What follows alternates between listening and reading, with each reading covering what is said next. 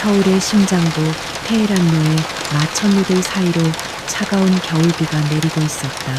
라벨루 LA벨 본사 건물의 최상층 회의실 안은 바깥의 날씨보다 더욱 냉랭한 기운이 감돌았다. 긴 타원형 테이블에 둘러앉은 이사들의 얼굴에는 노골적인 탐욕과 계산적인 표정이 뒤섞여 있었다. 그들의 시선은 모두 테이블 상석에 앉은 한 사람, 대표이사 한유진에게로 향하고 있었다. 한유진은 꼿꼿한 자세로 앉아 있었다. 그녀의 검은색 정장은 한치의 흐트러짐도 없었고 단정하게 묶은 머리카락은 그녀의 결연한 의지를 보여주는 듯했다. 하지만 그녀의 하얗고 섬세한 손가락이 무릎 위에서 미세하게 떨리는 것을 눈치챈 사람은 없었다. 그녀는 지금 벼랑 끝에 서 있었다. 아버지의 모든 것이었던 회사가 그녀의 인생 그 자체였던 라벨르가 포식자의 아가리 속으로 빨려 들어가기 직전이었다. 한 대표 더 이상 버티는 것은 무의미합니다. RS 코스메틱의 제안을 받아들이는 것이 우리 모두를 위한 길입니다. 재무 담당 박 이사가 안경을 고쳤으며 말했다. 그의 목소리에는 동정심이라고는 찾아볼 수 없었다. 그는 이미 RS 코스메틱의 회장 최민준에게 매수된 사람이었다. 이 회의실에 앉아 있는 이사들 대부분이 그랬다. 그들은 이미 가라앉는 배에서 뛰어내릴 준비를 마친 쥐떼와 같았다. 유진은 천천히 고개를 들어 박 이사를 응시했다. 그녀의 눈빛은 차분했지만 그 안에는 날카로운 칼날이 숨겨져 있었다. 박 이사님, 라벨르는 단순한 상품이 아닙니다. 제 아버지의 피와 땀이 서려 있는 곳이고 수백 명의 직원들과 그 가족들의 삶이 걸려 있는 곳입니다. 헐값에 팔아넘길 수는 없습니다. 그녀의 목소리는 낮고 단호했다. 하지만 현실을 보십시오. 원자재 공급망은 끊겼고 핵심 연구원들은 경쟁사로 넘어가고 있습니다. 시장에는 우리 제품에 대한 악의적인 루머까지 퍼지고 있습니다. 이건 정상적인 경쟁이 아닙니다. 이건 명백한 사냥입니다. 최민준 회장이 작정하고 덤벼드는 이상 우리에게 승산은 없습니다. 기술개발팀의 김 상무가 한숨을 쉬며 말했다. 그의 말에는 체념이 짙게 배어 있었다. 유진은 입술을 깨물었다. 김 상무의 말은 모두 사실이었다. 최민준 그 남자는 업계의 폭군으로 불리는 자였다. 그는 목표로 삼은 기업을 집어삼키기 위해 온갖 비열하고 불법적인 수단을 동원하는 것으로 악명이 높았다. 라벨루의 독자적인 안티에이징 기술을 탐낸 그는 지난 몇 달간 집요하게 회사를 흔들어댔고 마침내 오늘 이사회에서 결정적인 한 방을 날리려 하고 있었다. 회의는 몇 시간을 더 이어졌지만 결과는 정해져 있었다. 유진의 편은 아무도 없었다. 그녀는 마치 성난 늑대들에게 둘러싸인 외로운 암사자와 같았다. 결국 적대적 인수합병 안건을 막아내지 못한 채 다음 주주총회에서 최종 결정을 내리기로 하고 회의는 끝이 났다. 그것은 사실상 사형 선고의 유예 기간에 불과했다. 유진은 힘없이 자리에서 일어났다. 복도를 걷는 그녀의 발걸음이 무겁게 느껴졌다. 통유리창 너머로 보이는 사무실에서 직원들이 불안한 눈빛으로 그녀를 쳐다보고 있었다. 그들의 눈빛 속에서 유진은 미안함과 무력감을 느꼈다. 아버지, 죄송해요. 제가 회사를 지켜내지 못할 것 같아요. 그녀는 마음속으로 되뇌었다. 대표이사실 문을 열고 들어선 그녀는 그대로 소파에 몸을 던졌다. 거대한 절망감이 파도처럼 그녀를 덮쳤다. 그때였다. 비서가 조심스럽게 노크를 하고 들어왔다. 대표님, 손님이 찾아오셨습니다. 유진은 피곤한 목소리로 대답했다. 지금은 아무도 만나고 싶지 않다고 전해주세요. 비서는 곤란한 표정을 지으며 말했다. 하지만 베리타스 프라임의 강지훈 대표님이십니다. 그 이름이 나오는 순간 유진의 눈이 번쩍 뜨였다. 강지훈, 투자업계의 신화 미다스의 손. 그가 왜 강지훈이라는 이름은 재계에서 전설과도 같았다. 그는 유령처럼 움직이며 하이에나처럼 정확하게 목표를 포착해내는 인물이었다. 그의 회사인 베리타스 프라임은 위기에 빠진 기업에 투자하여 몇 배의 이익을 남기고 떠나는 것으로 유명했다. 하지만 그가 직접 누군가를 찾아오는 일은 극히 드물었다. 유진은 잠시 망설였지만 지금 그녀에게는 지푸라기라도 잡아야 할 심정이었다. 들어오시라고 하세요. 잠시 후 육중한 사무실 문이 열리고 한 남자가 들어섰다. 그는 압도적인 존재감을 풍기고 있었다. 185cm는 좋게 넘어 보이는 키에 값비싼 맞춤 정장은 그의 완벽한 몸을 더욱 돋보이게 했다. 조각처럼 잘생긴 얼굴에는 어떤 감정도 읽을 수 없었다. 얼음장처럼 차가운 그의 눈빛이 유진을 향했다. 유진은 자신도 모르게 숨을 삼켰다. 저 눈빛은 모든 것을 꿰뚫어 보는 듯했다. 처음 뵙겠습니다. 베리타스 프라임의 강지훈입니다. 그의 목소리는 외모만큼이나 차갑고 낮았다. 그는 유진이 권하는 소파에 앉지 않고 창가로 걸어가 밖을 내다보았다. 빗줄기가 흐르는 서울의 야경이 그의 등 뒤로 펼쳐졌다. 유진은 마른 침을 삼키며 입을 열었다. 무슨 일로 찾아오셨는지요, 강 대표님. 아시다시피 저희 회사는 지금 투자 유치를 할 상황이 아닙니다. 지훈은 천천히 몸을 돌려 그녀를 바라보았다. 그의 입가에 희미한 그러나 비웃는 듯한 미소가 걸렸다. 투자하러 온 것이 아닙니다. 한유진 대표, 제안을 하러 왔습니다. 그는 테이블 쪽으로 걸어와 서류 봉투 하나를 내려놓았다.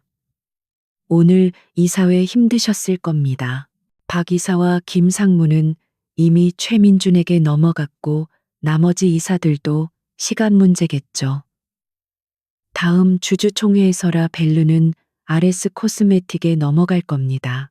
예상 인수가는 시가의 3분의 1 수준이겠군요. 그의 말은 비수처럼 유진의 가슴에 꽂혔다. 그는 마치 모든 것을 손바닥 위에 올려놓고 들여다보는 사람처럼 정확하게 상황을 파악하고 있었다. 유진은 분노와 수치심에 얼굴이 붉어졌다. 당신이 뭘 안다고 함부로 말하는 겁니까? 그녀의 목소리가 떨렸다. 지훈은 눈 하나 깜짝하지 않고 대답했다. 모든 것을 압니다. 그래서 제안을 하러 온 겁니다.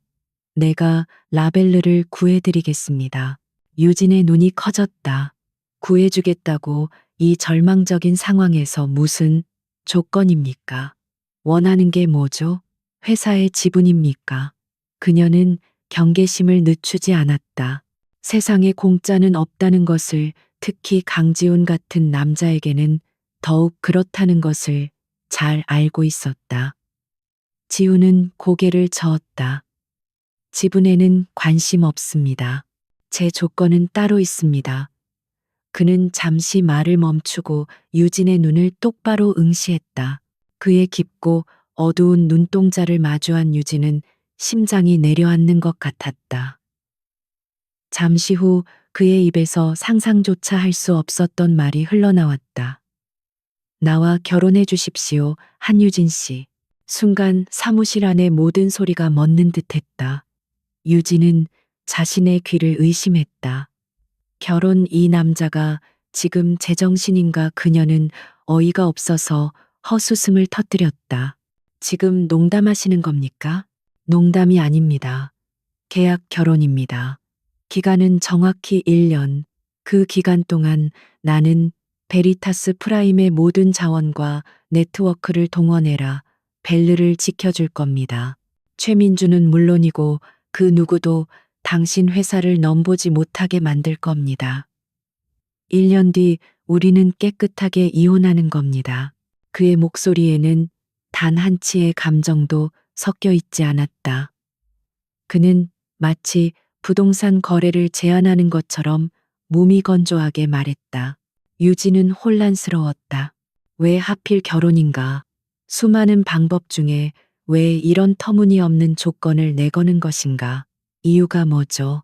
왜 저와 결혼을 해야 합니까? 당신 같은 사람이 여자가 없어서 이러는 건 아닐 테고. 그녀는 날카롭게 물었다. 지훈은 다시 창가로 시선을 돌렸다. 개인적인 이유입니다. 더 이상은 설명할 수 없습니다. 당신은 내 제안을 받아들일지 말지만 결정하면 됩니다.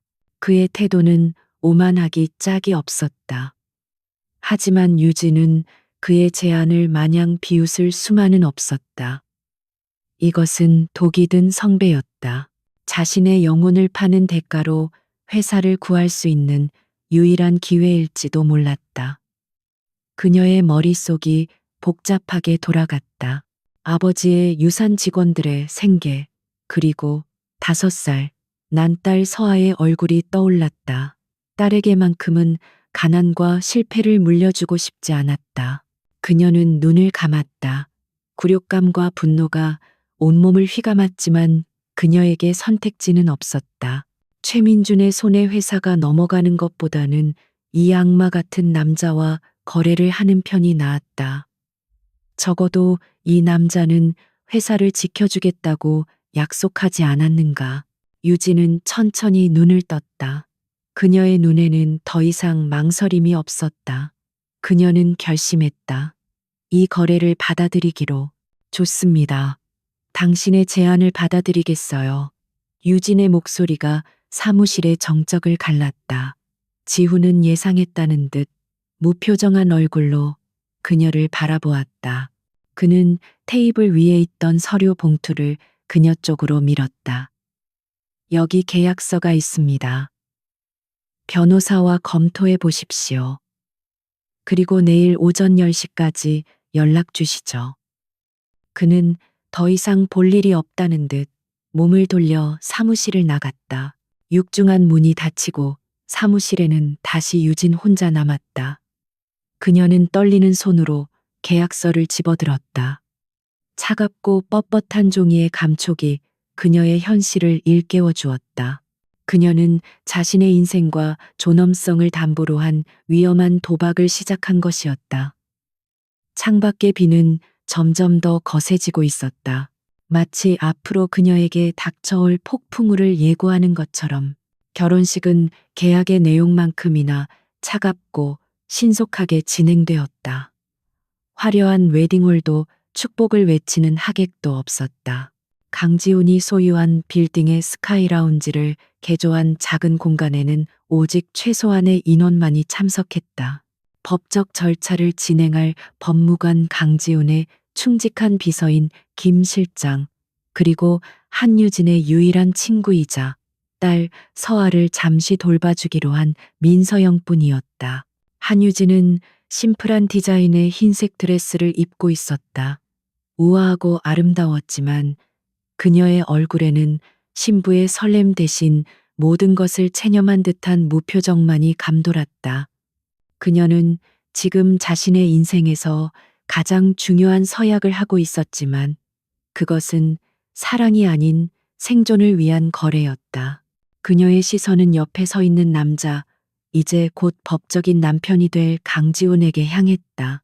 그는 완벽하게 재단된 턱시도를 입고 있었고 그의 표정은 처음 만났던 날처럼 얼음장같이 차가웠다. 법무관이 무미건조한 목소리로 혼인 서약서를 읽어내려갔다. 영원한 사랑과 헌신을 맹세하는 문장들이 공허하게 공간을 맴돌았다. 유진과 지훈은 약속이라도 한 듯 감정 없는 목소리로 내라고 대답했다.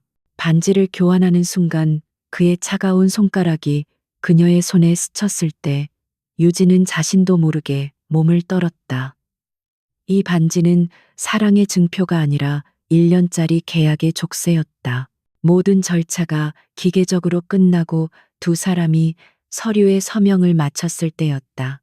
법무관이 두 사람이 법적으로 부부가 되었음을 선언하는 순간 공간의 한쪽 구석에서 조용히 그림을 그리고 있던 작은 아이가 고개를 들었다. 5살 난 유진의 딸 한서아였다. 아이는 엄마의 하얀 드레스와 그 옆에 서 있는 낯선 남자를 커다란 눈으로 멀뚱멀뚱 바라보고 있었다. 민서영이 서아의 손을 꼭 잡고 있었지만 아이는 무언가에 이끌린 듯 자리에서 벌떡 일어났다. 그리고 다음 순간 누구도 예상하지 못한 일이 벌어졌다. 서아가 친구의 손을 뿌리치고 비틀거리며 앞으로 달려나갔다. 아이의 목표는 명확했다. 그녀는 엄마인 한유진을 지나쳐 굳은 표정으로 서 있는 강지훈에게로 달려갔다. 그리고 그의 다리를 와락 껴안으며 외쳤다. 아빠, 맑고 청아한 아이의 목소리가 텅 빈 공간을 가득 메웠다. 그 순간 세상의 모든 소음이 멎는 듯했다. 법무관도, 김 실장도, 민서영도 모두 숨을 죽인 채 얼어붙었다. 한유진은 자신의 귀를 의심했다. 그녀의 머릿속이 새하얗게 비어버렸다. 서아는 남편이 세상을 떠난 이후 단 한 번도 다른 남자를 아빠라고 부른 적이 없었다. 그런데 왜 하필이면 이 남자에게? 그녀의 시선이 천천히 강지훈에게로 향했다. 그 역시 충격에 휩싸인 듯했다. 언제나 포커페이스를 유지하던 그의 얼굴에서 처음으로 균열이 보였다. 그의 눈동자가 세차게 흔들리고 있었다.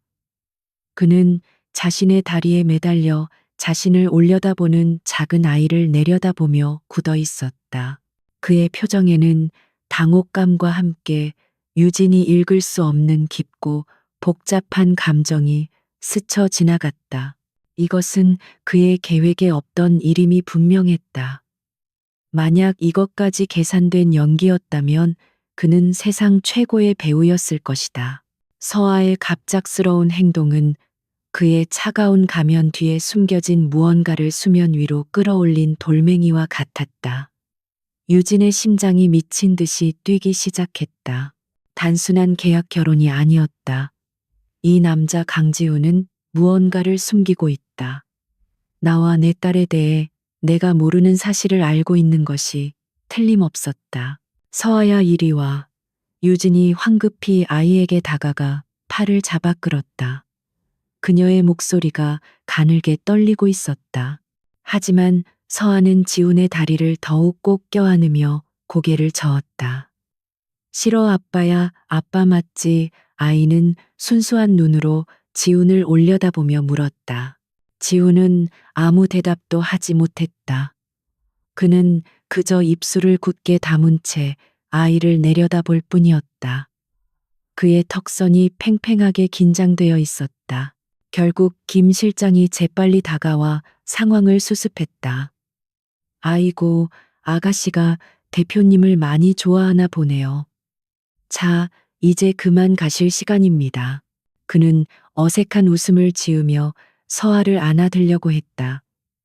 하지만 서아는 완강히 저항하며 울음을 터뜨렸다. 그 순간 지훈이 처음으로 입을 열었다. 그의 목소리는 평소보다 조금 잠겨 있었다. 괜찮습니다. 그냥 두세요. 그는 천천히 허리를 숙여 서아와 눈을 맞췄다. 그리고 아주 잠시 그의 차가운 눈빛이 믿을 수 없을 만큼 부드러워지는 것을 유진은 놓치지 않았다. 그는 아이의 머리를 아주 조심스럽게 쓰다듬었다. 그 손길은 너무나 자연스러워서 마치 오랫동안 반복해온 행동처럼 보였다. 유진은 그 모습을 보며 심장이 철렁 내려앉는 것을 느꼈다. 대체 이 남자의 정체는 무엇일까? 그날의 결혼식은 그렇게 끝이 났다. 차갑고 사무적이었던 분위기는 서아의 외침 한마디로 인해 설명할 수 없는 긴장감과 의문으로 가득 차버렸다. 그들은 서류상으로 부부가 되었지만 그들 사이에는 이제 계약서의 조항만으로는 설명할 수 없는 거대한 물음표가 떠올랐다. 유진은 이제 강지훈을 단순히 회사를 구해줄 거래 상대로만 볼 수 없게 되었다. 결혼식이 끝나고 지훈이 마련한 집으로 향하는 차 안에서 유진과 서아, 그리고 지훈 사이에는 무거운 침묵이 흘렀다. 서아는 어느새 유진의 품에 안겨 잠들어 있었다. 유진은 잠든 딸의 얼굴을 내려다보며 마음을 다잡았다. 무슨 일이 있어도 서아는 내가 지켜야 한다. 그리고 강지훈이라는 남자의 비밀을 반드시 밝혀내야 한다. 그것이 이 위험한 계약 속에서 자신과 딸이 살아남을 수 있는 유일한 방법이었다. 그녀는 창밖을 바라보는 지훈의 옆모습을 훔쳐보았다. 그는 여전히 무표정했지만 유진은 더 이상 그의 침묵을 단순히 차가운 성격 탓으로만 여길 수 없었다. 그의 침묵 뒤에는 거대한 비밀의 성이 숨겨져 있는 것 같았다. 그리고 그 성의 문을 열 수 있는 열쇠는 어쩌면 그녀의 딸 서아가 쥐고 있는지도 몰랐다. 1년간의 계약 결혼 생활은 이제 막 시작되었을 뿐이었다. 그러나 그것은 이미 예측할 수 없는 방향으로 흘러가기 시작했다. 강지훈의 집은 성체와 같았다. 한강이 내려다 보이는 평창동의 가장 높은 곳에 자리 잡은 저택은 현대적인 디자인의 회색빛 건축물이었지만 그 안에는 어떤 온기도 느껴지지 않았다. 집안은 최고급 가구와 값비싼 현대 미술 작품들로 채워져 있었지만 마치 사람이 사는 집이 아니라 잘 꾸며진 모델하우스나 갤러리처럼 느껴졌다. 모든 것이 완벽하게 정돈되어 있었고 그 완벽함이 오히려 비인간적인 냉기를 뿜어냈다. 집에 도착하자마자 지훈은 유진에게 그들의 생활 규칙을 통보했다. 그의 목소리는 집의 분위기만큼이나 차가웠다. 우리는 각자 다른 침실을 사용할 겁니다. 대외적으로는 완벽한 부부의 모습을 보여줘야 하지만 이 집 안에서는 서로의 사생활을 철저히 존중할 겁니다. 불필요한 질문이나 관심은 사양하겠습니다. 그는 유진을 아내가 아닌 비즈니스 파트너 혹은 장기 투숙객처럼 대했다. 유진은 그의 제안에 기꺼이 동의했다. 그녀 역시 그와 불필요하게 얽히고 싶은 마음은 없었다. 그녀에게 중요한 것은 계약 기간 동안 라벨르를 안전하게 지키고 그의 비밀을 파헤친 뒤 딸 서아와 함께 이곳을 떠나는 것뿐이었다. 그녀와 지우는 서로에게 보이지 않는 선을 그었고 그 선을 넘지 않기로 암묵적으로 합의했다. 하지만 그들의 계산에 없던 변수가 있었다. 바로 한서아였다. 그날 저녁 세 사람은 거대한 식탁에 마주 앉아 첫 식사를 했다. 전문 셰프가 준비한 완벽한 코스 요리였지만 음식 맛을 제대로 느낄 수는 없었다. 식기 부딪히는 소리만이 어색한 침묵을 갈랐다. 그 침묵을 깬 것은 서아였다. 아이는 포크로 음식을 뒤적이다 말고 맞은편에 앉은 지훈을 향해 물었다. 아저씨는 왜 밥 먹을 때 말을 안 해요? 우리 엄마는 밥 먹을 때 즐겁게 이야기해야 더 맛있다고 했는데.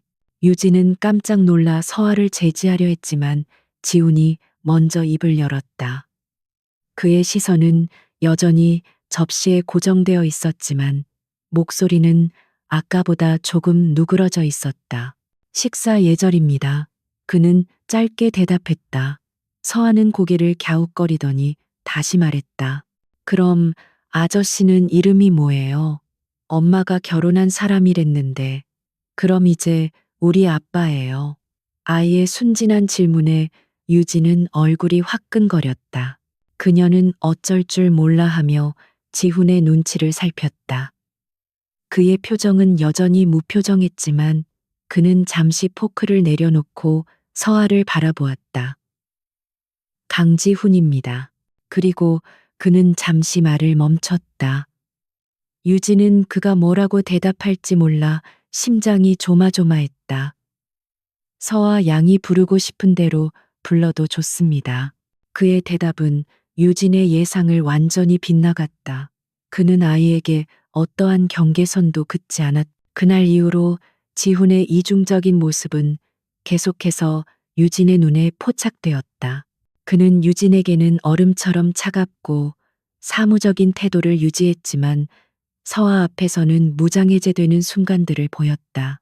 아이가 서툰 솜씨로 그린 그림을 들고 와 자랑할 때 그는 잠시 하던 일을 멈추고 그림을 유심히 봐주었다. 아이가 정원에서 넘어져 무릎이 까졌을 때 그는 누구보다 먼저 달려와 아이를 안아들고 직접 약을 발라주었다. 가장 결정적인 사건은 며칠 뒤 밤에 일어났다. 천둥 번개가 치던 밤, 악몽을 꾼 서아가 비명을 지르며 방에서 뛰쳐나왔다. 유진은 딸의 비명에 놀라 잠에서 깨어 급히 복도로 나갔다. 그런데 서아는 엄마인 자신을 찾지 않고 복도 끝에 있는 지훈의 서재문을 두드리고 있었다. 유진이 미처 아이를 부르기도 전에 서재문이 열리고 지훈이 나타났다. 그는 잠옷 차림이었고 평소의 냉정한 모습은 온데간데 없었다. 그는 울고 있는 서아를 보자마자 아이를 번쩍 안아들었다. 괜찮아, 괜찮아. 무서운 꿈을 꿨구나. 그의 목소리는 유진이 한 번도 들어본 적 없는 다정한 음색이었다. 그는 아이를 달래며 서재 안으로 들어갔다. 유진은 자신도 모르게 열린 문틈으로 그 모습을 훔쳐보았다. 지우는 서아를 자신의 무릎에 앉히고 낮은 목소리로 동화책을 읽어주기 시작했다.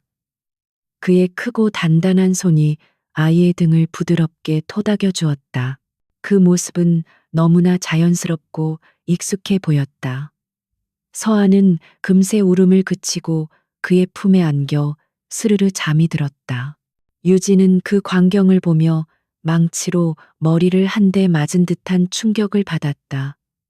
저 남자는 단순한 이방인이 아니다.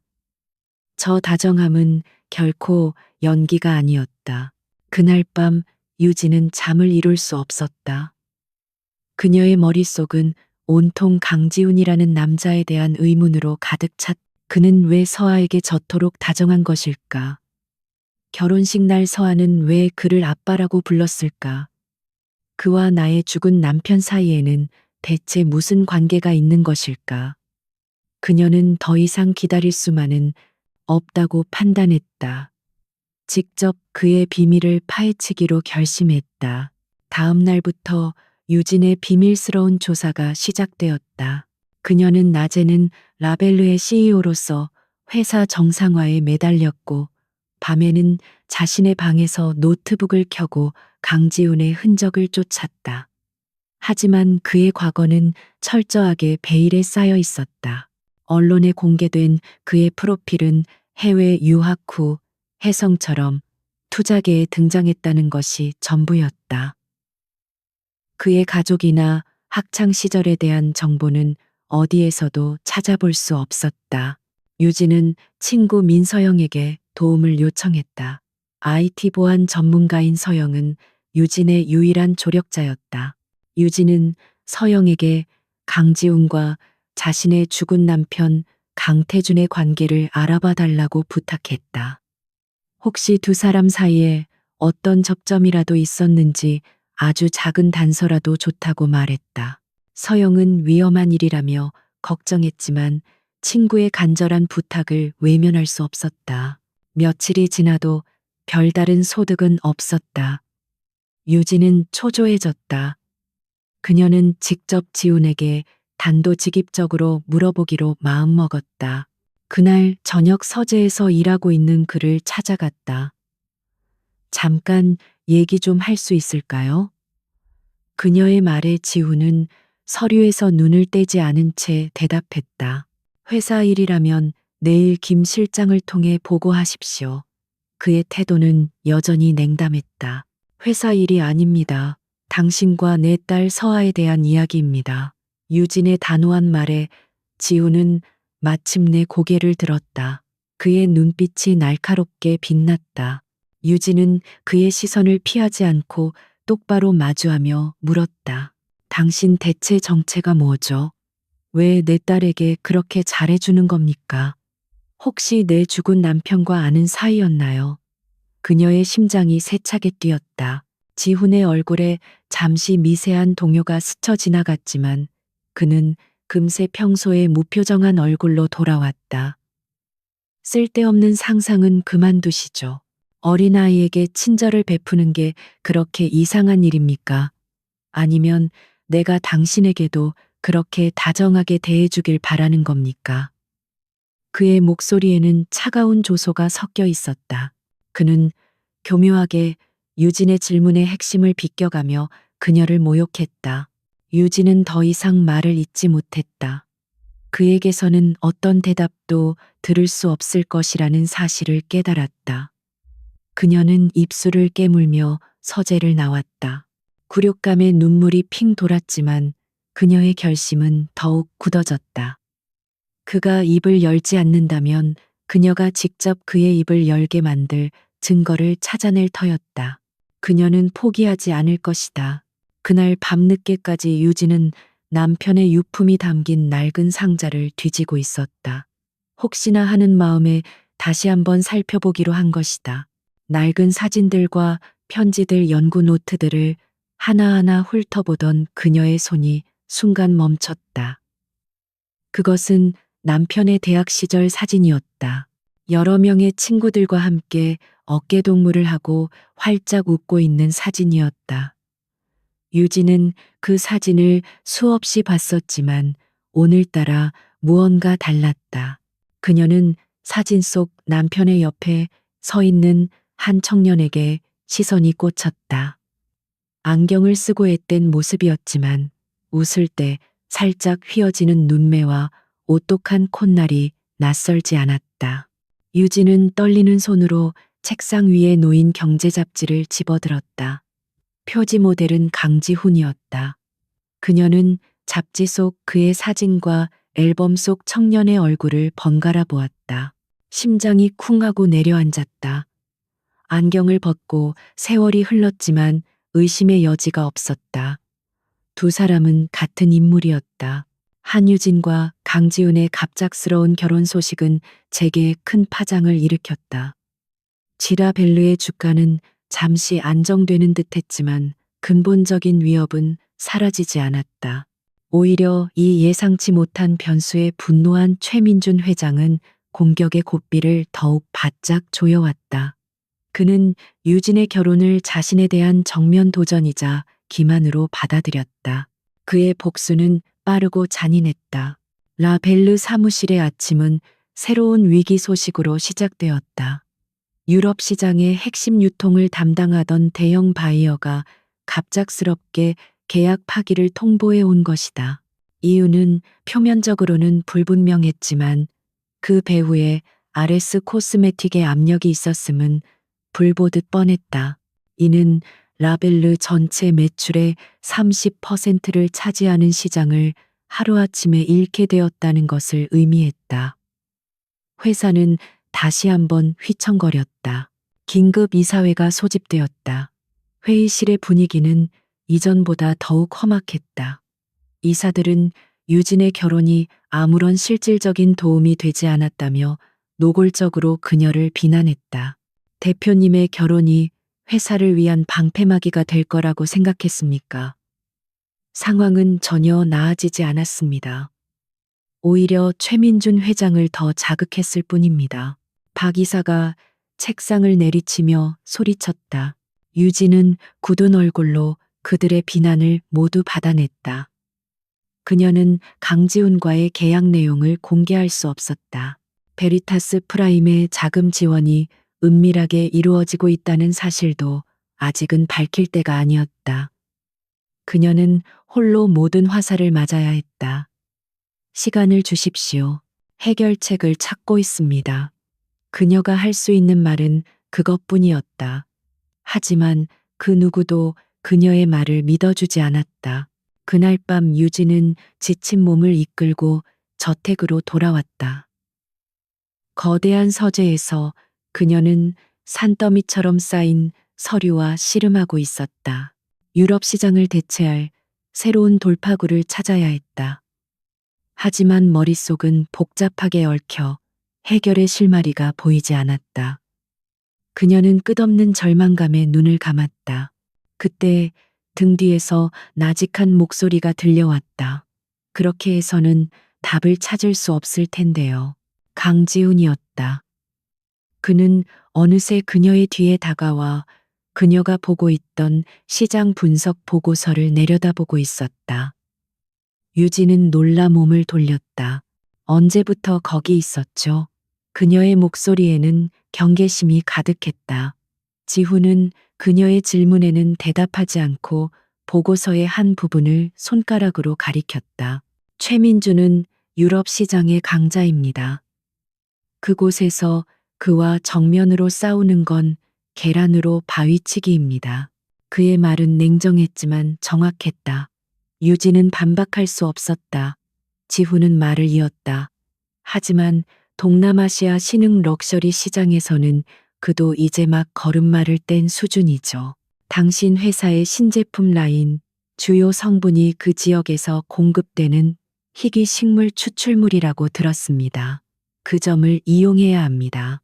완전히 새로운 서사를 만들어내세요.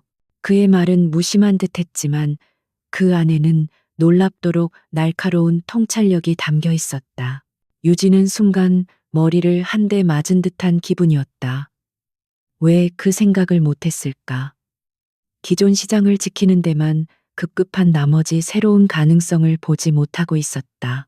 그의 말은 꽉 막혀 있던 그녀의 사고에 새로운 길을 열어주었다. 지우는 더 이상 아무 말 없이 자신의 방으로 사라졌지만 그가 던진 몇 마디는 유진에게 거대한 폭풍을 일으켰다. 그녀는 밤을 새워 새로운 전략을 구상했다. 그의 조언을 바탕으로 한 계획은 대담하고 혁신적이었다. 첫째, 과감하게 유럽 시장에 대한 미련을 버리고 모든 마케팅 역량을 동남아시아 시장에 집중한다. 둘째, 자연유래 희귀 성분이라는 스토리를 전면에 내세워 현지 소비자들의 마음을 사로잡는다. 셋째, 베리타스 프라임이 지원한 자금으로 현지의 유력 인플루언서들과 협력하여 공격적인 온라인 마케팅을 전개한다. 다음 날 아침, 유진은 핵심 임원들을 소집하여 새로운 전략을 발표했다. 처음에는 모두가 반신반의했다. 안정적인 기존 시장을 포기하고 불확실한 신흥 시장에 모든 것을 건다는 것은 엄청난 도박이었기 때문이다. 하지만 유진의 확신에 찬 태도와 빈틈없는 논리에 그들은 점차 설득되기 시작했다. 그녀의 눈에는 이전과는 다른 강렬한 빛이 감돌고 있었다. 라벨르의 반격은 신속하게 시작되었다. 마케팅팀은 동남아시아 시장의 특성을 완벽하게 분석한 새로운 광고 캠페인을 만들어냈고, 연구개발팀은 현지 기후에 맞는 제품의 장점을 부각시키는 데이터를 제공했다. 영업팀은 새로운 유통망을 확보하기 위해 밤낮으로 뛰었다. 회사는 마치 잠에서 깨어난 거인처럼 활기차게 움직이기 시작했다. 유진은 그 중심에서 모든 것을 진두지휘했다. 라벨르의 파격적인 행보는 곧 최민준의 귀에도 들어갔다. 그는 자신의 호화로운 사무실에서 보고를 받으며 코웃음을 쳤다. 동남아 시장이라고 궁지에 몰린 쥐가 발악을 하는군. 그런 변두리 시장에서 얼마나 벌겠다고. 내버려둬라. 제풀에 지쳐 쓰러질 테니. 그는 유진의 전략을 과소평가했다. 그의 오만함은 그녀에게 반격의 기회를 제공한 셈이었다. 몇 주 후 놀라운 결과가 나타나기 시작했다. 동남아 시장에서라 벨르의 매출이 폭발적으로 증가하기 시작한 것이다. 현지 인플루언서들을 통해 입소문이 퍼지면서 제품은 날개 돋친 듯 팔려나갔고, 착한 성분, 정직한 브랜드라는 이미지가 확고하게 자리 잡았다. 추락하던 라벨르의 주가는 안정을 되찾고 서서히 상승 곡선을 그리기 시작했다. 완벽한 승리는 아니었지만 이것은 분명 의미 있는 첫 번째 반격의 성공이었다. 최민주는 뒤늦게 동남아 시장의 심상치 않은 분위기를 보고받았다. 그는 자신의 눈을 의심했다. 한유진이 그저 아버지 덕의 대표 자리에 앉아 있다고 생각했던 그 어린 여자가 자신의 허를 찔렀다는 사실을 믿을 수 없었다.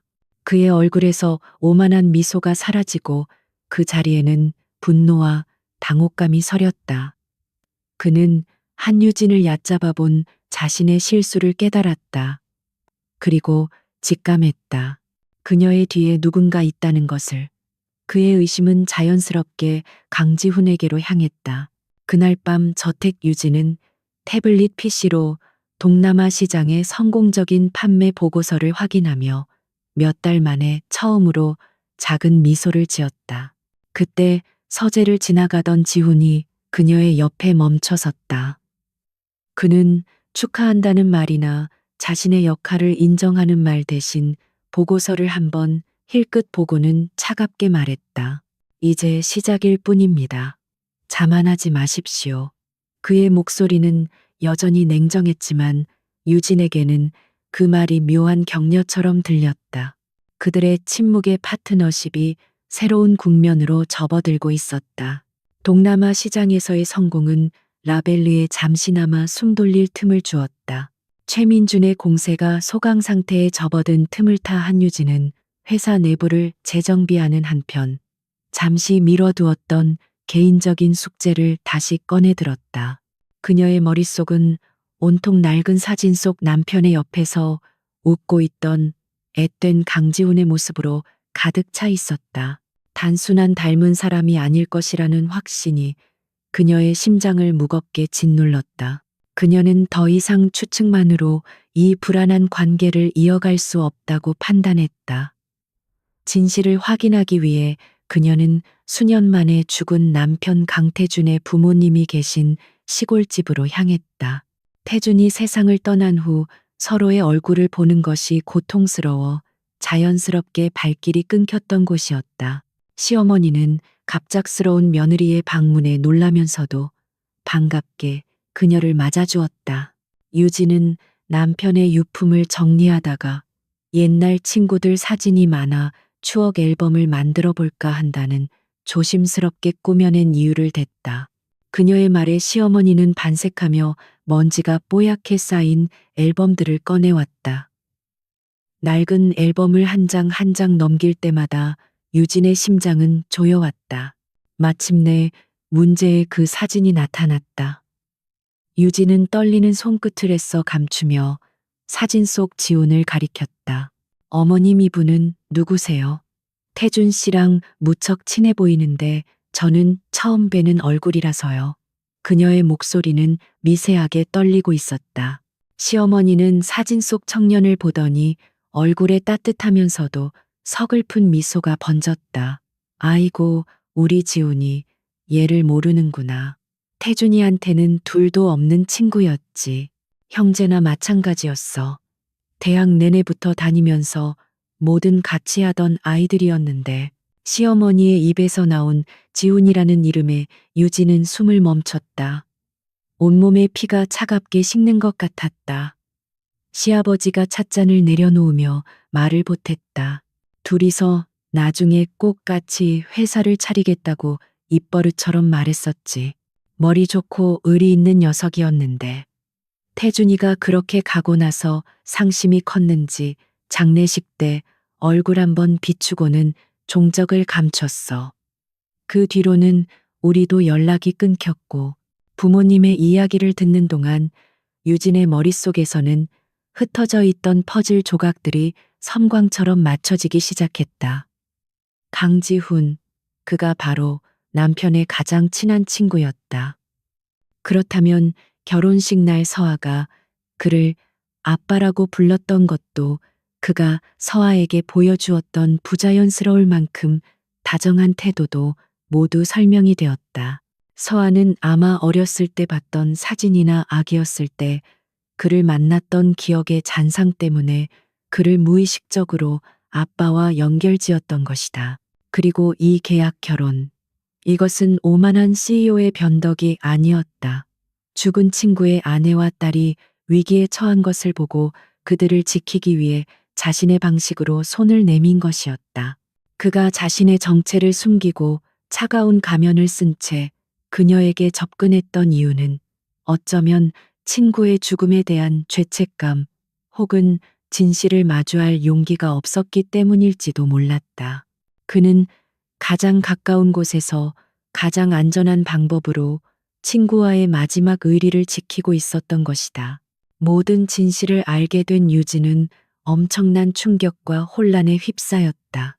그녀가 증오하고 경계했던 남자가 사실은 자신과 딸을 지키기 위해 보이지 않는 곳에서 싸우고 있던 수호자였다. 그에 대한 원망과 의심은 눈 녹듯 사라지고 그 자리에는 형언할 수 없는 고마움과 미안함, 그리고 복잡한 감정들이 파도처럼 밀려왔다. 그와 그녀의 관계는 이제 단순히 계약으로 묶인 사이가 아니었다. 시부모님 댁에서 돌아오는 길 유진의 마음은 천근만근 무거웠다. 저택에 도착한 그녀는 곧장 남편의 유품이 담긴 상자를 다시 열었다. 이전과는 완전히 다른 시선으로 유품들을 살피기 시작했다. 그리고 상자 가장 깊숙한 곳 낡은 연구노트 밑에서 자물쇠로 잠긴 작은 철제 상자를 발견했다. 예전에는 미처 보지 못했던 상자였다. 그녀는 조심스럽게 상자를 열었다. 그 안에는 태준과 지훈이 주고받았던 편지들이 고스란히 보관되어 있었다. 풋풋한 청년 시절의 고민과 미래에 대한 꿈이 담긴 편지들이었다. 그들의 우정이 얼마나 깊었는지 편지 한 장 한 장에서 절실하게 느껴졌다. 그리고 마지막 편지 묶음에서 유진은 숨을 멈췄다.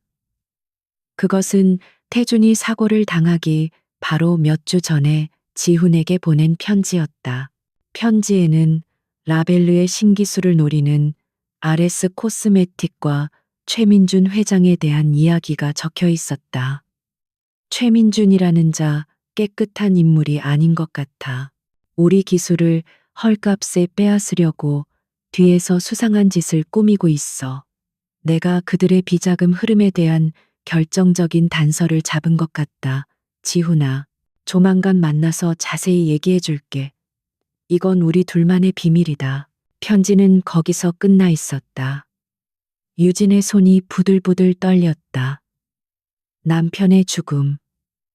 그것은 단순한 빗길 교통사고가 아니었을지도 모른다. 최민준의 비리를 파헤치던 남편을 의도적으로 제거한 살인이었을 가능성이 뇌리를 스쳤다. 그렇다면 강지훈이 최민준에게 그토록 적대적이었던 이유도라 벨르를 지키려는 이유도 모두 설명이 되었다. 이것은 단순한 의리가 아니라 친구의 복수를 위한 것이었다. 그녀는 편지를 가슴에 품고 자리에서 일어났다. 그리고 창밖으로 지훈의 서재를 바라보았다. 늦은 밤이었지만 그의 서재에는 여전히 불이 켜져 있었다. 그는 저 안에서 홀로 몇 년 동안이나 친구의 복수를 계획하며 외로운 싸움을 하고 있었던 것이다. 그녀는 더 이상 그를 오해한 채로 내버려 둘 수 없었다. 이제는 그녀 또한 이 싸움에 뛰어들어야 했다. 가면을 벗기고 진실을 마주해야 할 시간이 온 것이었다. 한유진은 남편의 마지막 편지를 손에 쥔 채 조금의 망설임도 없이 강지훈의 서재로 향했다. 매일 밤 불이 꺼지지 않던 그 방이 오늘따라 외로운 등대처럼 느껴졌다. 문을 두드리는 예의조차 잊은 채 그녀는 손잡이를 돌려 문을 활짝 열었다. 서류를 검토하던 지훈은 갑작스러운 그녀의 등장에 놀라 고개를 들었다. 그의 시선이 유진의 손에 들린 낡은 편지에 닿는 순간 그의 눈빛이 미세하게 흔들렸다. 그는 모든 것을 직감한 듯했다. 더 이상 비밀이라는 장막 뒤에 숨을 수 있는 시간은 끝나버렸다는 것을. 유진은 천천히 그의 책상으로 다가가 손에 쥔 편지를 내려놓았다. 그녀의 목소리는 놀랍도록 차분했지만 그 안에는 폭풍전야의 고요함 같은 무게가 실려 있었다. 이제 그만 말해줘요. 당신이 왜 이 결혼을 제안했는지, 그리고 내 남편 태준 씨에게 무슨 일이 있었는지. 그녀의 목소리에는 원망이나 비난이 담겨 있지 않았다. 오직 진실을 갈망하는 간절함만이 묻어 있었다. 지훈은 한동안 아무 말 없이 그녀를 바라보았다. 그의 눈빛에는 수년간 억눌러 왔던 고통과 슬픔 그리고 분노가 소용돌이치고 있었다. 그는 천천히 의자에서 일어나 창가로 걸어갔다. 마치 기나긴 이야기의 첫 문장을 어떻게 시작해야 할지 고르는 사람처럼 보였다. 태준이는 나에게 유일한 가족이었습니다. 마침내 그의 입에서 나온 첫마디였다. 그의 목소리는 평소의 냉정함이 모두 사라진 채 깊은 슬픔에 잠겨 있었다. 고아나 다름없던 나에게 처음으로 손을 내밀어준 친구였고 세상에 내 편이 있다는 걸 느끼게 해준 사람이었습니다. 우리는 함께 사업을 해서 세상을 바꾸는 기술을 만들자고 약속했었죠. 그는 처음으로 유진에게 자신의 과거를 드러냈다. 그는 태준과의 추억을 이야기했다. 두 사람이 얼마나 서로를 의지하고 아꼈는지, 함께 어떤 꿈을 꾸었는지. 그의 이야기를 듣는 동안 유진은 그가 단순히 차가운 기업 사냥꾼이 아니라 깊은 상처를 가진 한 인간이라는 것을 깨달았다. 그리고 그의 이야기는 마침내 그날의 비극으로 이어졌다. 태준의 죽음. 그것은 결코 단순한 사고가 아니었다. 태준이는 라벨르 연구소에서 혁신적인 바이오 펩타이드 기술을 개발하고 있었습니다. 그 기술의 가치를 알아본 최민준이 접근했죠. 하지만 태준이는 자신의 기술이 사람을 살리는 데 쓰여야 한다며 단칼에 거절했습니다. 지훈의 목소리가 점차 분노로 차가워졌다. 거절당한 최민주는 기술을 훔치려 했고 그 과정에서 태준이가 자신의 비자금 내역을 파헤치고 있다는 사실을 알게 된 겁니다. 유진은 숨을 죽였다. 그녀의 가장 어두운 예감이 현실이 되는 순간이었다.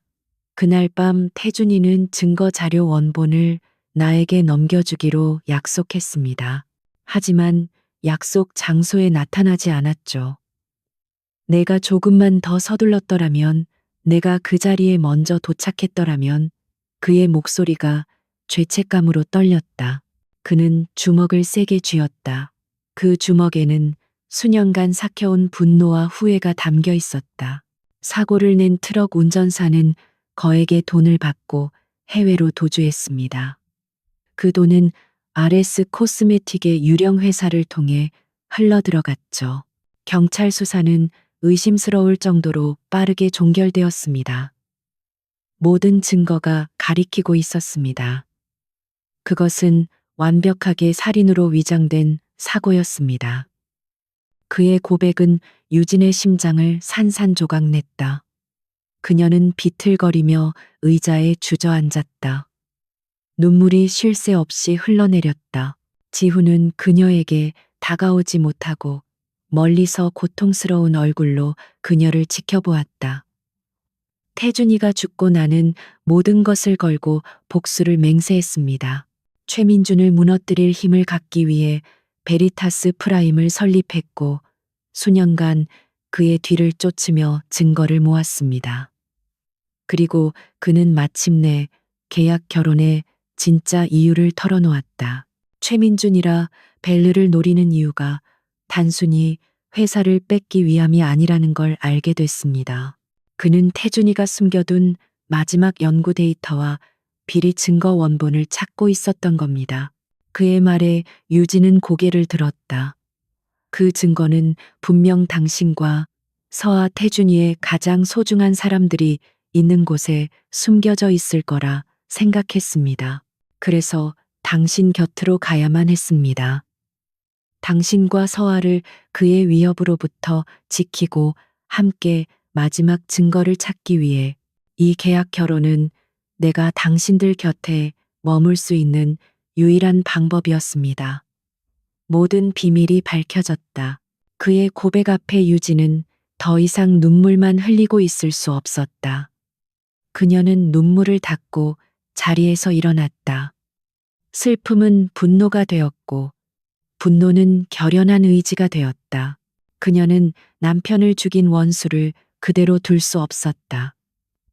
그리고 친구의 복수를 위해 자신의 모든 것을 건 이 남자를 더 이상 혼자 싸우게 할 수도 없었다. 이제 이것은 그만의 복수가 아니었다. 그녀는 지훈에게 똑바로 다가가 그의 눈을 마주 보았다. 그의 눈동자에는 여전히 깊은 슬픔과 죄책감이 어려 있었다. 유진은 단호한 목소리로 말했다. 이제부터는 혼자가 아니에요. 이 복수저도 함께 하겠어요. 태준 씨가 남긴 마지막 증거 내가 반드시 찾아내겠어요. 그녀의 말에 지훈의 흔들리던 눈동자가 비로소 단단한 빛을 되찾았다. 그날 밤 서재의 무거운 침묵 속에서 두 사람은 비로소 하나의 목표를 공유하는 진정한 동맹이 되었다. 슬픔과 분노, 그리고 죽은 자에 대한 약속으로 얽힌 그들의 관계는 이제 되돌릴 수 없는 운명의 궤도에 올라섰다. 최민준을 향한 복수의 서막이 마침내 두 사람의 손으로 열리고 있었다. 비밀의 장막이 거친 다음 날 아침 거대한 저택의 공기는 이전과 완전히 달라져 있었다. 어색하고 차가웠던 침묵 대신 비장하고 날카로운 긴장감이 공간을 채웠다. 한유진과 강지우는 더 이상 서로의 시선을 피하지 않았다. 그들의 눈빛 속에는 슬픔과 분노, 그리고 공동의 목표를 향한 결연한 의지가 함께 담겨 있었다.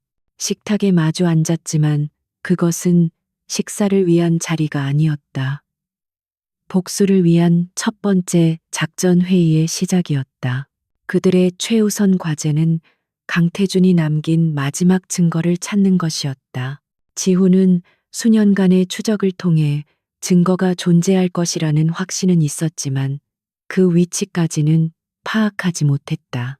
그는 논리적인 추론을 통해 가능한 장소들을 나열했지만 유진은 남편의 성향을 바탕으로 다른 가능성을 생각했다. 그는 결코 은행 비밀 금고나 회사의 비밀 공간처럼 예측 가능한 곳에 그것을 숨겨두지 않았을 터였다. 유진의 머릿속에 섬광처럼 스쳐 지나가는 기억이 있었다. 몇 해 전딸 서아의 생일에 태준이 직접 만들어 선물했던 나무 상자였다. 복잡한 퍼즐처럼 얽혀있는 그 상자를 열면 작은 오르골이 울리는 세상에 단 하나뿐인 물건이었다. 그는 그것을 우리 가족의 타임캡슐이라고 불렀다. 당시에는 그저 낭만적인 남편의 선물이라고만 생각했지만 이제 와서 생각하니 그 의미가 다르게 다가왔다. 그녀는 지훈과 함께 서아의 방으로 향했다. 아이의 보물 1호인 나무 상자는 책장 한가운데에 소중하게 놓여 있었다. 겉보기에는 평범한 수제 장난감 상자였다. 하지만 유진은 남편이 상자를 주며 했던 말을 기억해냈다. 이 상자를 여는 비밀번호는 세상에서 가장 아름다운 시의 첫 구절이야. 그것은 태준이 유진에게 프로포즈하며 읊어주었던 시였다. 그녀만이 알 수 있는 암호였다. 떨리는 손으로 유진이 상자의 각 면을 돌려 비밀번호를 맞추자 딸깍하는 소리와 함께 상자 뚜껑이 열렸다. 맑은 오르골 소리가 울려 퍼졌다. 그리고 상자 안벨벳 천 밑에 숨겨진 작은 공간이 드러났다. 그 안에는 작은 USB 메모리 하나와 곱게 접힌 편지 한 통이 들어 있었다. 태준의 마지막 기록이었다. 유진은 숨을 죽이며 편지를 펼쳐들었다. 편지에는 최민준의 범죄 행각과 그가 어떻게 자신을 위협했는지에 대한 상세한 기록, 그리고 USB 안에 담긴 자료에 대한 설명이 적혀 있었다. 그리고 마지막에는 이렇게 쓰여 있었다. 유진아, 만약 네가 이 편지를 읽게 된다면 나는 이미 세상에 없는 거겠지. 부디 나 때문에 너무 많이 울지 마. 그리고 내 친구 지훈이를 찾아가. 그 녀석이라면 널 지켜줄 거야. 사랑한다. 편지를 읽는 유진의 눈에서 뜨거운 눈물이 흘러내렸다. 옆에서 지켜보던 지훈의 눈시울도 붉게 물들었다. 슬픔에 잠겨 있을 시간은 없었다. 그들은 곧바로 USB 안의 내용을 확인했다. 그 안에는 그들이 찾던 모든 것이 들어 있었다. 태준이 개발한 바이오 펩타이드 기술의 원본 데이터, 그리고 최민준의 비자금 내역과 살인을 교사한 자금 흐름까지 담긴 장부 파일. 완벽한 스모킹건이었다. 이제 복수를 위한 가장 강력한 무기는 손에 들어왔다. 남은 것은 이 무기를 어떻게 사용할 것인가였다. 그때부터 두 사람의 치밀한 공동작전이 시작되었다. 서재는 그들의 전쟁 지휘 본부가 되었다. 유진의 내부 정보와 지훈의 전략적 사고가 결합되자 무섭도록 정교한 계획이 세워지기 시작했다. 그들의 목표는 단순히 최민준을 법의 심판대에 세우는 것이 아니었다. 그가 평생 쌓아 올린 모든 것을 그의 눈앞에서 무너뜨리는 것이었다. 계획의 첫 단계는 유진이 미끼가 되는 것이었다. 그녀는 라벨르의 CEO로서 최민준에게 직접 연락을 취할 것이었다. 더 이상 싸울 힘이 없다며 RS 코스메틱과의 합병을 제안하는 것이었다. 물론 라벨르의 기술과 경영권을 보장받는다는 유리한 조건을 내걸어서 최민준이 의심 없이 미끼를 물게 만들어야 했다. 그의 오만함이라면 패배를 인정한 여자의 마지막 발악 정도로 여기고 기꺼이 받아들일 터였다. 지훈의 역할은 무대 뒤에서 이루어졌다. 그는 베리타스 프라임의 자금력을 이용해 주식시장에라 벨르의 재정 상황이 최악이라는 루머를 퍼뜨렸다. 동시에 언론을 조종하여 유진의 리더십에 대한 부정적인 기사들을 쏟아냈다. 최민준이 유진의 항복 제안을 현실적으로 받아들이게 하기 위한 밑 작업이었다. 또한 그는 합병 발표 기자회견장을 예약하고 그 자리에 재계 주요 인사들은 물론 검찰과 금융감독원의 고위급 인사들까지 비밀리에 초청했다. 며칠 후 유진은 심호흡을 하고 최민준에게 전화를 걸었다. 수화기 너머로 그의 오만한 목소리가 들려왔다. 유진은 준비한 대로 절망과 패배감에 젖은 목소리를 연기했다. 그녀는 모든 것을 포기한 사람처럼 최민준의 자비에 매달리는 척했다. 그녀의 연기는 완벽했다. 최민준은 의기양양한 목소리로 그녀의 제안을 받아들였다. 그는 자신의 승리를 만천하에 과시하고 싶어 성대한 합병 조인식 및 기자회견을 열자고 역으로 제안했다. 모든 것이 계획대로였다. 기자회견 날짜는 일주일 뒤로 잡혔다. 그날 밤 모든 준비를 마친 유진과 지훈은 서재의 창가에 나란히 서서 서울의 야경을 내려다보았다. 도시의 불빛이 그들의 결연한 얼굴을 비추었다. 무거운 침묵 끝에 지훈이 먼저 입을 열었다. 그의 목소리는 그 어느 때보다 단단했다. 내일이면 이 모든 것이 끝납니다. 유진은 말없이 고개를 끄덕였다. 그녀의 눈빛은 더 이상 슬픔에 젖어 있지 않았다. 복수의 칼날처럼 차갑고 예리하게 빛나고 있었다.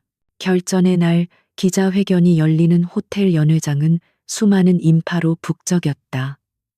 재계의 거물들 투자자들, 그리고 승자의 이야기를 담기 위해 몰려든 기자들의 열기로 뜨거웠다. 그들 모두는 RS 코스메틱에라 벨르 인수를 세기의 빅딜이라 칭하며 이 자리의 주인공인 최민준 회장을 주목하고 있었다. 연 회장의 한가운데에 선 최민준은 의기양양한 미소를 지으며 스포트라이트를 만끽하고 있었다. 잠시 후 연 회장의 문이 열리고 한유진이 모습을 드러냈다. 그녀는 날카로운 라인의 검은색 정장을 입고 있었다. 패배자의 모습이라고는 찾아볼 수 없는 당당하고 결연한 모습이었다. 그녀의 등장에 장내가 잠시 술렁였지만 사람들은 곧 그것을 패배를 인정하기 전 마지막 자존심이라 여겼다. 최민주는 흡족한 미소를 지으며 무대 위로 올라가 마이크를 잡았다. 그는 승자의 여유를 과시하며 합병의 시너지 효과와 미래에 대한 장밋빛 청사진을 늘어놓았다.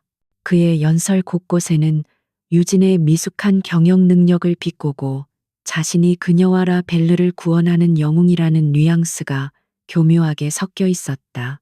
연설을 마친 그는 무대 아래의 유진을 향해 손짓했다. 자, 이제 라벨르의 한유진 대표님을 모시고 역사적인 합병 조인식을 거행하도록 하겠습니다. 박수 소리와 함께 유진이 천천히 무대 위로 걸어 올라갔다.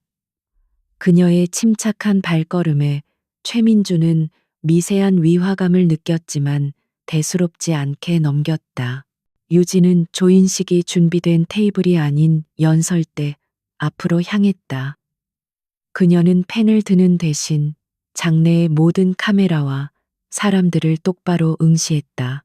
그리고 모두의 예상을 깨고 맑고 단단한 목소리로 입을 열었다. 이 자리는 합병을 위한 자리가 아닙니다. 진실을 밝히기 위한 자리입니다.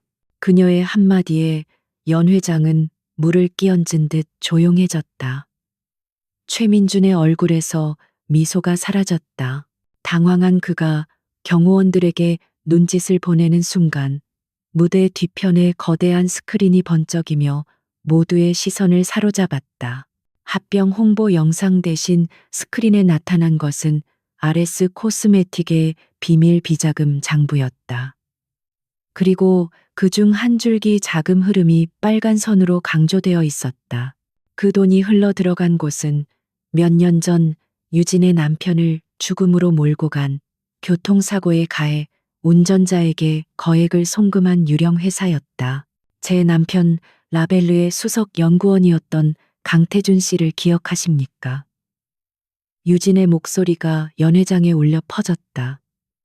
그는 단순한 교통사고로 세상을 떠난 것이 아닙니다. 자신의 비리를 파헤치던 그가 두려웠던 최민준 회장에게 살해당한 것입니다. 장내는 아수라장이 되었다. 기자들의 카메라 플래시가 미친 듯이 터져 나왔다. 최민준은 얼굴이 새하얗게 질린 채 소리쳤다. 거짓말이야.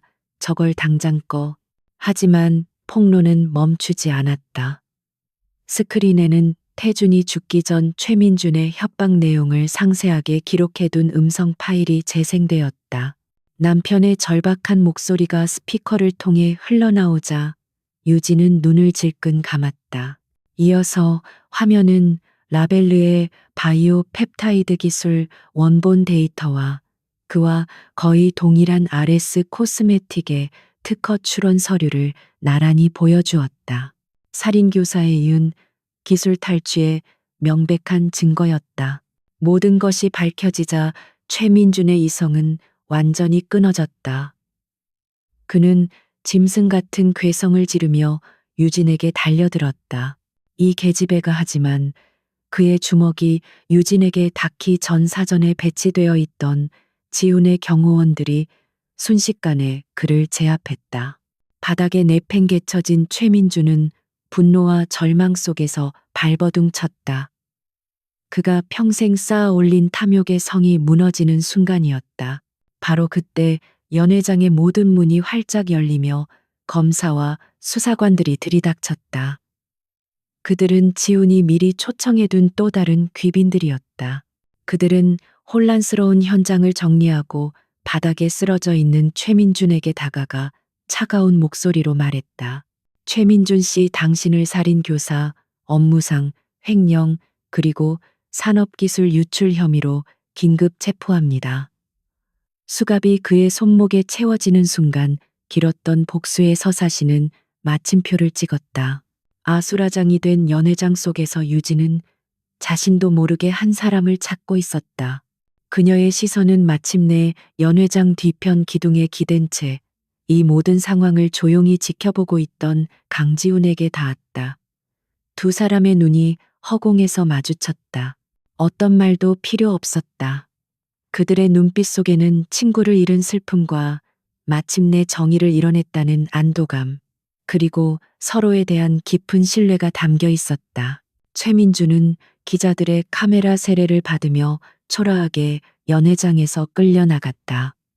한때 업계의 폭군으로 군림했던 그의 시대는 그렇게 막을 내렸다. 무대 위에 홀로 선 유진에게 모든 스포트라이트가 쏟아졌다. 그녀는 더 이상 비운의 미망인이나 연약한 CEO가 아니었다. 거대한 악에 맞서 진실을 밝혀낸 강인하고 위대한 승리자였다. 거대한 폭풍이 지나간 자리에 새로운 시대의 서막이 오르고 있었다. 최민준의 몰락은 거대한 태풍과도 같았다. 그가 체포되면서 그와 결탁했던 정재계의 추악한 커넥션이 줄줄이 드러났고 대한민국은 한동안 떠들썩했다. 그 폭풍의 중심에 있었던 라벨르와 한유진은 역으로 정의와 용기의 상징으로 떠올랐다. 위기를 극복한 라벨르의 주가는 연일 최고치를 경신했고 한유진은 가장 주목받는 젊은 CEO가 되었다. 모든 것이 제자리를 찾은 듯 보였다. 외부의 전쟁은 끝났지만 유진과 지훈 사이에는 새로운 종류의 침묵이 흐르기 시작했다. 그들을 묶어주었던 최민준 타도라는 공동의 목표가 사라지자 계약 결혼이라는 앙상한 뼈대만이 남았다. 복수를 위해 맺었던 법적인 관계는 이제 그 존재 이유를 잃어버렸다. 저택의 공기는 다시 어색해졌고 두 사람은 서로를 어떻게 대해야 할지 알 수 없다는 듯 조심스럽게 거리를 두었다. 어느 날 저녁 지훈이 먼저 그 침묵을 깼다. 그는 서재에서 와인을 한 잔 따라 유진에게 건네며 평소처럼 무심한 척했지만 어딘가 망설이는 기색이 역력했다. 이제 모든 것이 끝났습니다. 최민주는 법의 심판을 받을 것이고라 벨루도 완전히 안정을 찾았습니다. 그는 잠시 말을 멈추고 유진의 눈을 바라보았다. 우리의 계약도 이제 그 목적을 다한 것 같군요. 그의 말은 원래 약속되었던 수순이었다.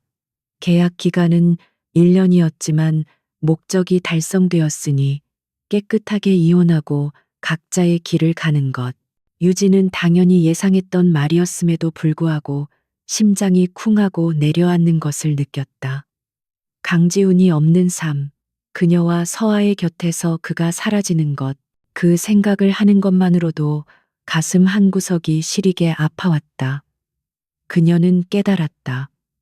어느새 그녀에게 그는 단순한 조력자나 친구의 동료가 아니게 되었다는 것을. 그의 무심함 속에 숨겨진 다정함, 서아를 바라보는 따뜻한 눈빛, 그리고 위기의 순간마다 든든한 버팀목이 되어 주었던 그의 존재감. 그 모든 것이 그녀의 얼어붙었던 마음에 스며들어 있었다. 그가 없는 이 거대한 저택은 다시 텅 빈 성체가 될 것이고 그녀의 삶도 마찬가지일 터였다. 그녀는 이별을 받아들일 준비가 되어 있지 않았다. 하지만 그를 붙잡을 명분 또한 없었다. 지훈 역시 복잡한 심경이기는 마찬가지였다. 그가 이혼을 먼저 꺼낸 것은 그것이 그녀를 위한 최선이라고 생각했기 때문이었다. 그는 자신을 죽은 친구의 자리를 넘보는 파렴치한 놈이라고 여겼다.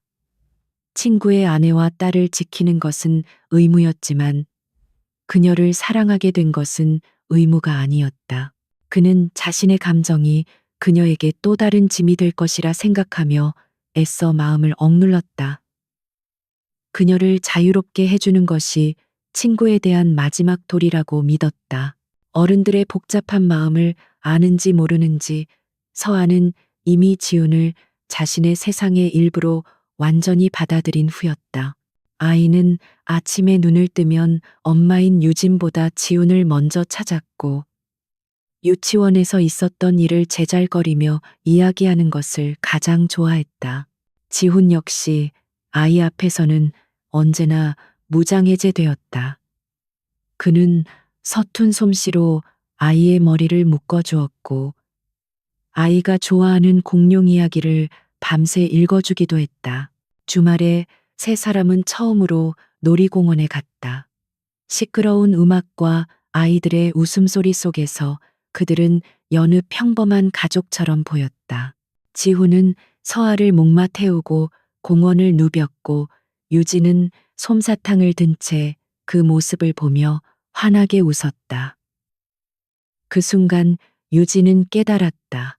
이것이 바로 자신이 진정으로 원하던 행복의 모습이라는 것을 잃어버렸다고 생각했던 가족의 온기를 그녀는 강지훈이라는 남자를 통해 다시 느끼고 있었다. 그날 밤 유진은 결심했다. 더 이상 자신의 감정을 숨기거나 외면하지 않기로 했다. 그녀는 지훈의 서재로 찾아갔다. 그들의 동맹이 시작되었던 바로 그 장소였다. 창가에 서서 도시의 야경을 바라보고 있던 지훈이 인기척에 천천히 돌아보았다. 유진은 그의 앞으로 다가가 섰다. 그리고 용기를 내어 입을 열었다. 이 계약 정말 이대로 끝내야 할까요? 지훈의 눈동자가 흔들렸다. 유진은 그의 눈을 피하지 않고 말을 이었다. 당신이 없었다면 저와 서아 그리고 라벨르는 무너졌을 거예요. 당신은 의무감 때문에 이 모든 일을 시작했겠죠. 하지만 저는 더 이상 당신을 의무감으로만 대할 수가 없어요. 그녀의 목소리가 떨렸다. 이 집에서 당신이 사라진다는 상상을 할 수가 없어요. 저도 서아도요. 그녀의 솔직한 고백은 지훈의 마지막 이성의 끈을 끊어 놓았다. 그가 애써 억누르고 있던 감정에 댐이 무너져 내렸다. 그는 성큼 그녀에게 다가가 떨리는 손으로 그녀의 뺨을 감쌌다. 의무감으로 시작한 건 맞습니다. 하지만 당신의 강인함에, 당신의 따뜻함에 반한 것은 의무가 아니었습니다. 나도 모르는 사이에 당신과 서아와 함께 있는 이 삶을 사랑하게 되었습니다. 하지만 친구의 아내인 당신을 내가 감히 사랑해도 되는 건지 몰랐습니다. 그의 고백에 유진의 눈에서 눈물이 흘렀다. 그 눈물은 슬픔이 아닌 안도와 기쁨의 눈물이었다. 지훈은 조심스럽게 그녀의 눈물을 닦아주었다. 그리고 천천히 고개를 숙여 그녀의 입술에 키스했다. 그것은 열정적이지는 않았지만 서로의 상처를 보듬고 긴 시간을 돌아온 서로를 위로하는 깊고 진실한 키스였다. 복수를 위해 시작된 계약서는 이제 사랑을 확인하는 증표가 되었다. 과거의 상처는 여전히 남아 있었지만 이제 두 사람은 서로를 의지하며 그 상처를 함께 치유해 나갈 것이다. 1년이라는 시간이 흘렀다. 강산이 한번 변하기에는 짧지만 한 사람의 인생이 송두리째 바뀌기에는 충분한 시간이었다. 최민준의 제국이었던 RS 코스메틱은 몰락의 길을 걸었고 그 자리에는 정의로운 승리를 거둔 라벨르가 새로운 강자로 우뚝 섰다. 한유진은 죽은 남편의 순수한 연구 정신을 이어받아 친환경적이고 혁신적인 제품들을 연이어 성공시키며 업계의 존경을 한몸에 받는 리더가 되었다. 그리고 평창동의 회색빛 저택은 더 이상 차가운 성체가 아니었다. 아침이면 주방에서 커피 향과 함께 웃음소리가 피어났고 저녁이면 온 가족이 식탁에 둘러앉아 하루 동안 있었던 일을 제잘거리는 따뜻한 보금자리가 되었다. 강지훈은 더 이상 복수심에 찬 유령처럼 살지 않았다. 그는 칼같이 퇴근해 서아의 유치원 하원을 챙겼고 주말에는 서툰 솜씨로나마 유진을 위해 요리를 했다. 그의 변화는 베리타스 프라임의 직원들이 가장 먼저 느꼈다. 만년설 같던 대표의 얼굴에 미소가 번지는 일이 잦아졌고 그의 눈빛에서는 더 이상 사람을 꿰뚫는 듯한 날카로움 대신 온화한 빛이 감돌았다. 그는 친구의 복수를 완수했지만 그 과정에서 복수보다 더 소중한 것, 바로 가족이라는 것을 얻었다. 그는 비로소 과거의 상처와 죄책감에서 벗어나 현재의 행복을 누릴 수 있게 되었다. 어느 맑은 가을날 세 사람은 함께 차를 타고 교회의 한 공원 묘지로 향했다. 강태준이 잠들어 있는 곳이었다. 무덤가에선 세 사람의 얼굴에는 슬픔 대신 평온함이 감돌았다. 유진은 국화꽃 한 다발을 내려놓으며 남편의 비석을 부드럽게 쓰다듬었다. 태준 씨 보고 있어요. 우리 서아 이렇게 많이 컸어요. 그리고 당신이 보내준 사람 덕분에 우리 아주 잘 지내고 있어요. 고마워요. 지훈은 말없이 친구의 무덤 앞에 술 한 잔을 올렸다. 수많은 말들이 그의 가슴 속을 맴돌았지만 그는 굳이 입 밖으로 꺼내지 않았다. 친구는 이미 모든 것을 알고 이해해 줄 것이라 믿었다. 그때 서아가 작은 손으로 도토리 하나를 주어 비석 앞에 조심스럽게 내려놓았다. 하늘나라 아빠, 이거 선물이야. 나 이제 새로운 아빠도 생겼어. 아빠가 보내준 거지. 우리 아빠 짱 멋있어. 아이의 천진난만한 목소리에 유진과 지훈은 서로를 마주보며 옅은 미소를 지었다. 그들의 새로운 가족은 과거를 지우는 것이 아니라 소중한 기억으로 품고 함께 나아가는 것이었다. 강지훈은 친구의 자리를 대체하는 것이 아니었다. 그는 친구가 남기고 간 사랑을 지키고 완성하는 또 다른 형태의 사랑을 실천하고 있었다. 그들은 과거와 현재, 그리고 미래로 이어지는 하나의 완전한 가족이 되어가고 있었다. 그날 저녁, 저택의 정원에서 지우는 유진의 손을 잡고 그녀의 앞에 한쪽 무릎을 꿇었다. 그의 손에는 작은 벨벳 상자가 들려 있었다. 유진은 깜짝 놀라 눈을 동그랗게 떴다.